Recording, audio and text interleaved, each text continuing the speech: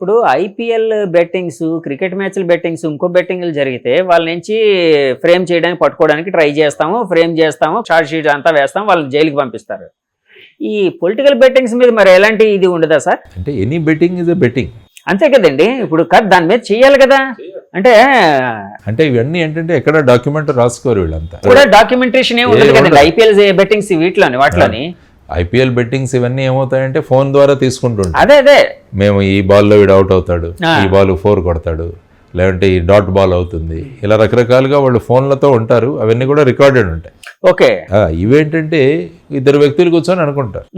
ఇదేం ఓపెన్ గా అందరూ ప్రదర్శన కాదు కదా. ఈ నియోజకవర్గం మొత్తం రాష్ట్రం తెలుస్తుంది సార్. ఇప్పుడు ఓపెన్ గా ప్రజలు మాట్లాడుకునేటట్టు ఉంటుంది. పలానా వాళ్ళిద్దరు బెట్టింగ్ కాసారు, ఇక పలానా అతను ఈ పార్టీ మీద కాసాడు, పలానా అతను ఆ పార్టీ మీద కాసాడు. అంటే దాని డాక్యుమెంటేషన్ ఎక్కడ, దాని రికార్డ్ ఎక్కడ ఉండదు కదా. రికార్డు ఉంటే ప్రతి betting is illegal. Any betting is illegal. Cricket betting కావచ్చు. ఇది కొంతమంది వర్షం ఇక్కడి వరకు పడుతుందో అక్కడి వరకు పడుతుందని కూడా బెట్టు కాసేవాళ్ళు.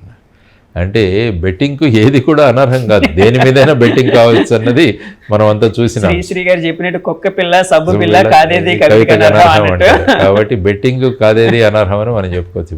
ఎనీథింగ్ యూ కెన్ బెట్, ఆ విధంగా ఉంటుంది. కానీ ఏంటంటే ఈ విధమైన పరిస్థితులలో భవిష్యత్తు రాష్ట్రం గురించి ఆలోచించాలి మనం అందరం కూడా. రాష్ట్రం భవిష్యత్తు ఏంటి? ఆల్రెడీ 10 సంవత్సరాలు మనం పోగొట్టుకున్నాం. విభజన జరిగిన తర్వాత రాష్ట్రం చాలా లాస్లో ఉంది. మన రాష్ట్రం ఎందుకంటే మన రాష్ట్రాన్ని చూసుకుంటే రావాల్సినవి ఏవీ రాలేదు. ఈ రాష్ట్రాన్ని గురించి మేము పట్టించుకున్నామన్న వాళ్ళు కూడా లేదు. ఎప్పుడు చూసినా పొలిటికింగ్, ఇందులో ఎప్పుడు చూసినా రాజకీయమే ప్రతి దాంట్లో కూడా. మరి నేను మళ్ళా రిపిటేషన్ కావచ్చు కానీ ప్రత్యేక హోదా ఏమైంది? విభజన హామీలు ఏమయ్యాయి?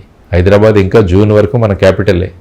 మరి దాని గురించి ఏం చేస్తున్నాం సార్? ఇప్పుడు ఫర్ ఎగ్జాంపుల్ ఏదో ఒక పార్టీ వచ్చింది అనుకోండి, వాళ్ళు ప్రత్యేక హోదా మీద ఫోకస్ చేసే అవకాశం ఉందని మీరు భావిస్తున్నారా? ఫోకస్ మేము చేయించబడుతుంది. మీరు వాళ్ళు చేసే అవకాశం ఉందని మీరు భావిస్తున్నారా? చేయరు. ఎందుకంటే పైన సెంట్రల్ గవర్నమెంట్ ఫర్ ఎగ్జాంపుల్ వాళ్ళు ఏమంటే వీళ్ళు జీ హుజూర్ అంటారు కదా. ఎందుకంటే ఆయనకు విరుద్ధంగా మాట్లాడే వాళ్ళు ఎవరైనా ఉంటారో. ఫర్ ఎగ్జాంపుల్ బీజేపీ అక్కడ వస్తే, ఆ తర్వాత కాంగ్రెస్ ఏం చెప్పింది? మేము వస్తే మటుకు ప్రత్యేక హోదా ఇస్తామని అన్నారు. కాబట్టి ఇవ్వాలి, ప్రత్యేక హోదా ఇవ్వాలి. కానీ ఇక్కడ ఇంకొక మాట కూడా ఉందండి. ఇప్పుడు అంటే రాదు అని తెలిసిన తర్వాత ఒక మైలేజ్ కోసం కొన్నిసార్లు రకరకాల మాటలు చెప్తూ ఉంటారు. అంటే ఎగ్జాగరేట్ చేసి మేము అది చేస్తాం, ఇది చేస్తామని చెప్తూ ఉంటారు. రాదు వచ్చినప్పుడు విషయం కదా, సో వచ్చినప్పుడు చూసుకున్నాలే, మనం ఎలాగా రాం కదా, కాబట్టి మనం ఏం చెప్పినా చెల్తుంది అన్నట్టు కూడా కొంతమంది పార్టీలు కానీ కొంతమంది అభ్యర్థులు కానీ చేస్తూ ఉంటారని కూడా వినిపిస్తూ ఉంటుందండి. మీరు అధికారంలో రాకపోయినంత మాత్రాన మీరు చేయకూడదని ఎక్కడా నియమం లేదు కదా. మీరు ఒక ప్రెషర్ గ్రూప్ను తయారు చేయవచ్చు. మా ప్రత్యేక హోదా సాధన సమితి మళ్ళీ మేము మొదలు పెట్టాము ఈ విషయాన్ని. మా ప్రయత్నం జరుగుతూనే ఉంటుంది ఏ పార్టీ వచ్చినా కూడా, irrespective of the party. Srinivas గారు నేను కూడా ఉన్నాను. వారి అధ్యక్షత నేను సెక్రటరీగా ఉన్నాను. దాంట్లో మేము మా పోరాటం స్టార్ట్ చేసాం. జరుగుతున్నాయి ఈ విధానాలు, జరుగుతూనే ఉన్నాయి.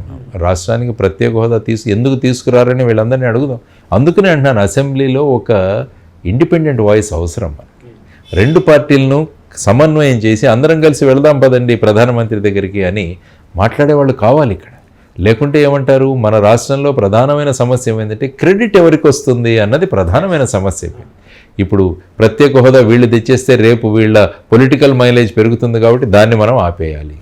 ఇప్పుడు మనం ఇక్కడ కూడా చూసాం, పార్లమెంట్లో కూడా ఒక అభ్యర్థి మాట్లాడుతుంటే ఇంకొక అభ్యర్థి వాళ్ళని డిస్టర్బ్ చేయడం, అది కేవలం మన రాష్ట్రం వాళ్ళ ఎంపీల్లోనే చూస్తాం. మిగతా ఏ రాష్ట్ర ఎంపీలు వాళ్ళ రాష్ట్ర ఎంపీ మాట్లాడుతుంటే వాళ్ళు కూడా మాట్లాడుతుంటారు, సపోర్ట్ చేస్తుంటారు. మన దగ్గర చూడండి ఎంపీలు మాట్లాడుతుంటే ఎంత దారుణం అంటే మనం we have become a laughing stock. మనం అందరూ కూడా నవ్వుకోబడ్డే వాళ్ళలాగా మన రాష్ట్రాన్ని ఆ విధంగా తీర్చిదిద్దాం. సార్ ఈ విషయంలో తమిళనాడు వాళ్ళని మనందరం ఆదర్శంగా తీసుకోవాలి. తమిళనాడు, మహారాష్ట్ర, కొన్ని రాష్ట్రాల వాళ్ళని, ఎందుకంటే పార్టీలకు అతీతంగా వాళ్ళ ప్రయోజనాల కోసం ఒక్కటిగా పోరాడతారు. ఏదైనా వస్తుంది ప్రాజెక్ట్ అంటే అందరూ కలిసిపోతారు. వెళ్ళి అందరూ కలిసి ముఖ్యమంత్రి ప్రధానమంత్రి దగ్గర కన్సర్న్ మినిస్టర్ దగ్గర కూర్చొని మా రాష్ట్రానికి ప్రాజెక్ట్ తీసుకురావండి అన్న కమిట్మెంట్ ఉండేది. ఇక్కడేంటి, రాకపోయినా పర్లేదు, వాళ్ళ రిజీమ్లో ఇది రాకూడదు, వాళ్ళ ప్రభుత్వంలో ఉన్నప్పుడు ఇది రాకూడదు అన్న ప్రయత్నాలు జరుగుతుంటే, ఇక్కడ ఏదైనా జరుగుతుంటే లెటర్లు రాసిన వాళ్ళు కూడా చాలామంది ఉన్నారు. ఏదైనా ఒక ప్రాజెక్ట్ వస్తుంటే ఈ ప్రాజెక్టు రానివ్వకూడదని లెటర్లు రాసిన ఉదాహరణలు కూడా మన దగ్గర చాలా ఉన్నాయి సార్. ఉన్నాయి. ఈ ప్రాజెక్ట్ రాకూడదు, ఈ విధంగా అవ్వకూడదు అన్నవి వీళ్ళే ఒక కల్పన చేస్తూ చాలా విషయాలు జరిగాయి మన దగ్గర. దానివల్ల ఏమవుతుందంటే చూడండి, రేపు వచ్చే 5 సంవత్సరాలు కూడా చాలా ముఖ్యమైన పీరియడ్ ఆంధ్రప్రదేశ్కి ఈ వచ్చే 5 సంవత్సరాలు. కాబట్టి నా ఉద్దేశం ఏంటంటే ఎలక్షన్ రిజల్ట్స్ ఏవైనా రానివ్వండి, అందరం కలిసికట్టుగా పోరాడదాం రాష్ట్రం కోసం. ఎవరు ప్రభుత్వం ఏర్పాటు చేసినా, ఎవరు ప్రతిపక్షంలో ఉన్నా కూడా అందరం కలిసి రాష్ట్రం కోసం ఒక 5 సంవత్సరాలు మనం పాటుపడదాం. అందరం ఒక మోడల్గా, ఒక నమూనాగా, ఒక ఆదర్శమైన రాష్ట్రంగా మళ్ళా తయారు చేయడానికి మనం ప్రయత్నం. మీ కక్షలు, కార్పణ్యాలు ఇవన్నీ పక్కన పెట్టండి, రివెంజ్ పాలిటిక్స్ పక్కన పెట్టండి, అవన్నీ పక్కన పెట్టి అందరం కలిసి పనిచేద్దామన్న ఒక కాన్సెప్ట్ కోసమే జై భారత్ నేషనల్ పార్టీ ప్రయత్నిస్తాం. ఒక అనుసంధానకర్తగా ఉండాలి అని చెప్పేసి మేమంతా కోరుకుంటున్నాం. అందరం కలిసి పోరాడదాం. సార్, ఇప్పుడు అందరూ కలిసి పోరాడాలి అని మీ ఆశయం ఏదైతే ఉందో చాలా గొప్పది, బాగుంది. కానీ ఈ ఆశయాన్ని రాజకీయ పార్టీల్లో రావాలి కదండి. ఇప్పుడు పోరాడాలి అంటే రాజకీయ నాయకులందరూ కలవగలగాలి. ఫస్ట్ ఆఫ్ ఆల్ పార్టీలు కలవగలగాలి, ఒకే తాటి మీదకి రాగలగాలి, ఒకే డయాస్ని పంచుకునే వేదిక, పంచుకునే విషయం ఉండాలి. సో ఆ విధంగా జై భారత్ పార్టీ మీరు కానీ ఏమైనా చేయగలుగుతున్నారా? అంటే పార్టీలతో ఏమైనా వాళ్ళ అవేర్నెస్. అందుకనే ఏంటంటే నేను ముఖ్యంగా అన్నది ఒక నియోజకవర్గాన్ని ఆదర్శ నియోజకవర్గంగా చేద్దామన్న కాన్సెప్ట్ నేను ఎందుకు పెట్టాను అంటే, అప్పుడు ఏమవుతుందంటే రాజకీయ నాయకుల్లో కాంపిటీషను వాళ్ళ నియోజకవర్గాన్ని ఆదర్శ నియోజకవర్గంగా చేసే తపన వాళ్ళలో మొదలవుతుంది. ఇప్పుడు మేమంటారు, ఫర్ ఎగ్జాంపుల్ నేను రేపు ఎమ్మెల్యే అయితే మా ఉత్తర నియోజకవర్గాన్ని నా శాయశక్తిలో నేను ప్రయత్నిస్తాను బెస్ట్ నియోజకవర్గంగా చేయడానికి. 34 పాయింట్లలో నేను ప్రతి 3 నెలలకి నా ప్రోగ్రెస్ రిపోర్ట్ పంపిస్తానని కూడా చెప్పాను ప్రజలకి. అది చేసినప్పుడు మిగతా నియోజకవర్గ ప్రజలు అడుగుతారు వాళ్ళ ఎమ్మెల్యేని, మరి అక్కడ జరుగుతున్నప్పుడు మన దగ్గర ఎందుకు జరగకూడదు? అప్పుడు ఏమవుతుందంటే ఎమ్మెల్యేల మధ్య అభివృద్ధి అన్న కాన్సెప్ట్ అన్నది మొదలవుతుంది. కాబట్టి మా ప్రతి నియోజకవర్గాన్ని ఎమ్మెల్యే ఉత్తమ నియోజకవర్గంగా, మోడల్ కాన్స్టిట్యుయెన్సీగా తయారు చేయాలని ఓటర్లు కోరుకోవడం మొదలు పెడతారు.